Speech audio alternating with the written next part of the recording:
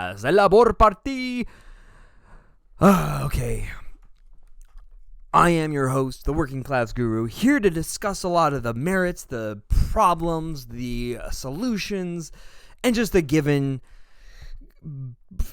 experience of a working class person in the given society. The employee, you can call him that, the serf, the data entry clerk, the entry-level position, what have you. I represent the gross body of people. I'm trying to represent, at least because of my long experience as a employee and nothing else, as the figurehead for the working class people. Okay, so today I want to discuss the general corporate hierarchy. Like, what is the corporate hierarchy? How does it affect you? I'll give you some examples here. Since I started my first job, I've always described how much I disliked being regimented and routined into a position. I mean, it's not the most pleasant feeling knowing that every single day of your life, or at least 8 hours of your time, must be devoted to the enterprises of another person. Essentially, as employees, as working class people, we don't own the means of these productions. That's the idea of us being commodities, that we can sell our labor and that we can essentially just be commodities to be bought and sold in capital. When you go onto a financial statement, when you're reading through the financial statements of business, you will not find the employees in the balance sheet. You'll find them under operating expenses and costs of goods sold. You won't find them under assets. So your employees will not be seen as equity like the shareholders or the people who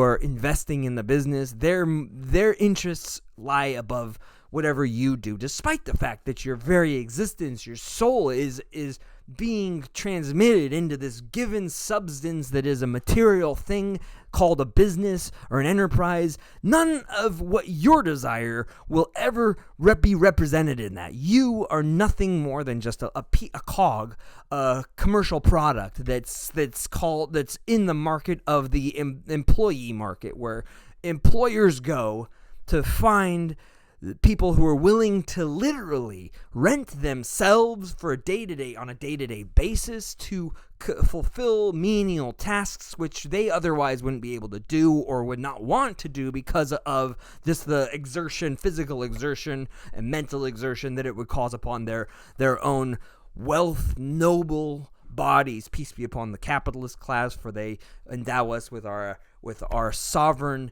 nipple by which we can suckle from the teat of the market and grasp and get from us the noble mother's milk of green mother's milk. They call it green mother's milk from the market. Money. That's because that's the meaning of our lives, and our meaning of our lives is to attain money, right? So we have there's two kinds of people. There's a person who owns a factory, and that's a commodity. It has wood, it has its own machinery. All of these produce something that can be brought to the market, which thus brings them an income. A person like me, working class person, has nothing else besides one thing to bring to the market, one thing to produce an income.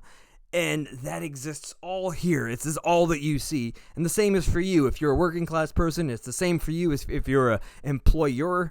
Well, no, not if you're an employer. Sorry, you own the means of production. But if you're an employee, this is all you've got. This is all you're ever given. You were never granted a handout from your parents. You were never endowed with a noble name like the Johnson & Johnson Corporation. I don't know. You weren't granted as a Rockefeller or a Rothschild. You were never born into the Trump family. You were never a part of the what have you. The Hilton family.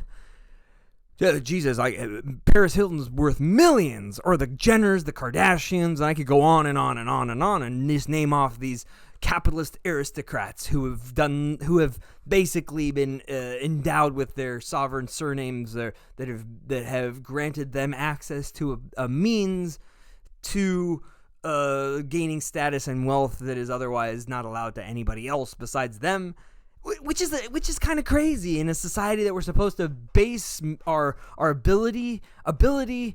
There is nobility in ability, as the saying goes, and that's the ideal behind the free market meritocracy, is that a person brings their goods to market and lets it stand on nothing more than the laurels of their own capabilities. From the ground up, from his boots, he pulled himself from the bootstraps up. Bootstraps when we have your ability to gain access to these higher status means of production based on your surname, that's not meritocracy. That's not the ideals of free market, right? That's not the Enlightenment traditions of starting from scratch. And that's you know what that is? That's feudalism. That's primogeniture. That's your namesake is what grants you the ability to have certain privileges above what everybody else has. And I think that there is a space within capitalism, of course, for the lower classmen, the Dalit, the untouchable working class peasant, to reach to the supreme status of Vaishra to Brahma. Yet it's a very treacherous journey, most of which people have only... When you take a person and you put them into a situation and you regiment them over time, they become accustomed to it, and they become their brains. Literally, if you take a person's brain, you can see the way in which their neocortices have created pathways that represent that what they've been brought up as. And so, in a sense, the corporate hierarchy is very much similar to the way in which these people and traditions are regimented through this system. Now, I'll give you an example here. When you start as an entry-level person, think of a corporate hierarchy more like an army working for a lord. In the feudal times, a lord was not just the purveyor of a given land. He was not just the central holder of the real estate in that was given to him by the king, or at least as a vassal to the king. He was also would also commission those under him, and he also had the ability to grant the rights under the kings to sub-nobility, which were either the barons. A lord could generate, different sort of barons, a sub-nobleman like knights, etc., certain vassals.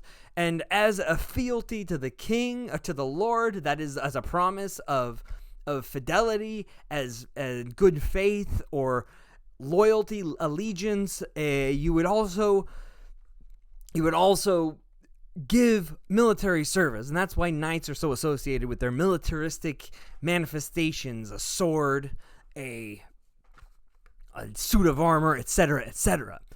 And the lord. So who are the lords of modern society? Well, they're the multi-billionaires, the people who have we don't use land per se as much as it's not the telltale necessity of living as it once was. Now we have representations of this. We have monetary. So if the people who have the more money, the most amount of that quote-unquote real estate in monetary means that represents that vast ability to purvey a given landscape of market, are those that are granted with those titles. There's tutelage. They have tutelage in them. We don't have some sort of a structured symbolic formulation in order to vastly be able to portray that. That's also a part of the ideology, is to keep that separated. Is that there needs to be the veneer that we are equal, all under the mighty gaze of the free market. It's not true, and we don't have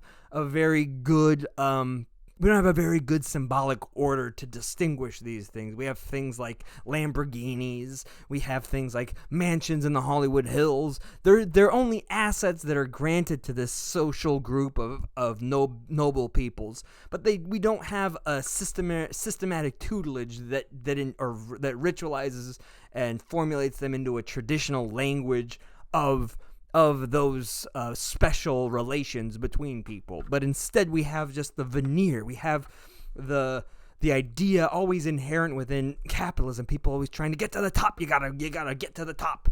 the idea that an entry-level person is the same as a person who is a major shareholder as a chairman of the board of that company is just a grossly poorly thought out ideological facet. But it's technically there.